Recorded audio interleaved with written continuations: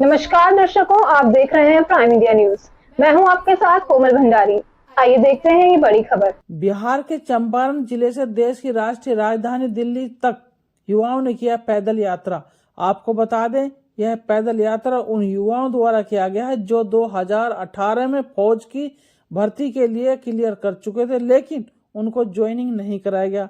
वहीं बच्चों का यह कहना है कि इसके बाद वह केंद्र सरकार और दिल्ली हाई कोर्ट से लड़ाई लड़ रहे थे, लेकिन सिर्फ वहां से आश्वासन मिलना, ना कि उनकी भर्ती की गई। बच्चों को साफ कहना है कि अगर भर्ती नहीं करते हैं तो हम दिल्ली के जंतर मंतर पर ऐसे धरना प्रदर्शन करेंगे। बिहार से आए युवाओं ने कैमरे पर क्या कुछ कहा, आइए देखते हैं दिल्ली से प्राइम इंडिया न्यूज के विशेष संवाददाता अजीत कुमार जी की ये रिपोर्ट। सूर्य प्रताप सिंह है, मैं राजस्थान से आया हूँ।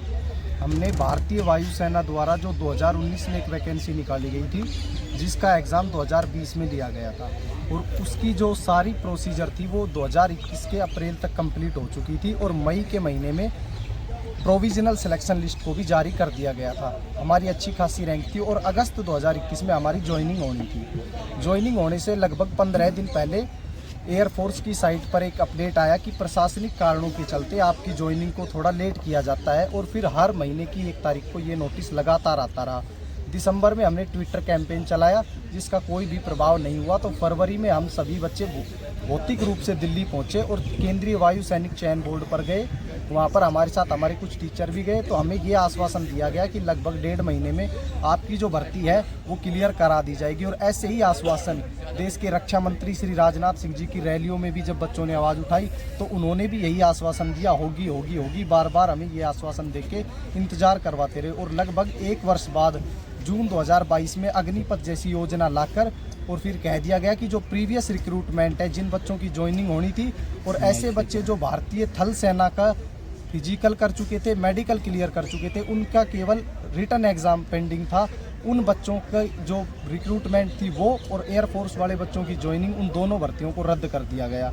उसके बाद हमने कोई प्रोटेस्ट किए बिना न्यायपालिका का सहारा लिया, और हमने 2022 में अग्निपथ से जब भर्तियां रद्द हुई तो हमने दिल्ली हाई कोर्ट में लड़ाई लड़ी। उसके बाद हम वो लड़ाई न्यायपालिका से हार गए। तो अब हमने अंतिम विकल्प ये चुना कि हम यहाँ धरना प्रदर्शन करेंगे, और हमारी देश के रक्षा मंत्री से, देश की सरकार से यही आग्रह होगा कि हमें अग्निपथ के बारे में ना तो कुछ सकारात्मक बोलना है ना कुछ नकारात्मक बोलना है। हमें जो प्रीवियस रिक्रूटमेंट थी उसे पूरा कराया जाए, और पुरानी भर्ती प्रक्रिया के अनुसार हमें हमारी ज्वाइनिंग दी जाए। पैदल चल के आए, यहाँ प्रदर्शन कर रहे हैं, आप समर्थन भी कर रहे हैं दिल्ली में, उनका क्या कहना चाहेंगे? तो राष्ट्रवाद का झूठा नारा देने वालों की पोल खुल गई है, और एक बार नहीं कई बार खुल गई। हमारी सेनाओं का जो प्राइवेटाइजेशन करने का सपना इनका है, जिस तरह इन्होंने रेलवे को प्राइवेट किया, बैंकों को प्राइवेट किया, इन्होंने एयर इंडिया को प्राइवेट किया, इन्होंने सेल को प्राइवेट किया, इन्होंने मेल को प्राइवेट किया, इन्होंने गेल को प्राइवेट किया। जितनी प्राइवेट सरकारी संस्थाएं हैं उनको प्राइवेट करने का जो इनका षड्यंत्र है, उस षड्यंत्र का यहाँ पे खुलासा हो गया है। आज वो ये जो बच्चे, इनकी भर्ती उससे पहले हुई थी, कोविड से पहले, और इन्होंने 20 लाख लोगों में से ये हज़ारों की तादाद में ये बच्चे इन्होंने एग्ज़ाम क्लियर किया सेना में भर्ती होने को। बीच में कोविड की वजह से सरकार ने इनको लटका दिया, और इसी बीच में वो अपना नई अग्निवीर की ये योजना लेके आ गए। इसी अग्निवीर की योजना से देश की, दुनिया की सबसे बड़ी सुपर पावर सोवियत रूस, उसने छोटे से देश से लड़ाई हार ली। इजराइल ने छोटे से देश से लड़ाई हार ली। वो सिर्फ यही है कि इन्होंने 4-4 साल के लिए जो अग्निवीर रखे हैं, वो अग्निवीर सिर्फ तनख्वाह के लिए काम करते हैं, वो लोग देश के लिए कोई काम नहीं करते। क्या इससे पहले से पद यात्रा करते हुए दिल्ली जंतर मंतर पर आ रहे हैं, और उनका मुद्दा ये है कि अग्निवीर योजना आने से पहले उन्होंने एयरफोर्स के लिए एक एंट्रेंस एग्ज़ाम क्लियर किया था। करीब 20 लाख फार्म भरे गए थे, और उसमें से 8,000 बच्चों का सिलेक्शन हुआ था। तो इन 8,000 बच्चों को सरकार ने ये आश्वासन दिया था कि हम आपको भर्ती करेंगे, और सिर्फ ट्रेनिंग के लिए इन लोगों का जो है वो काम रह गया था अधूरा।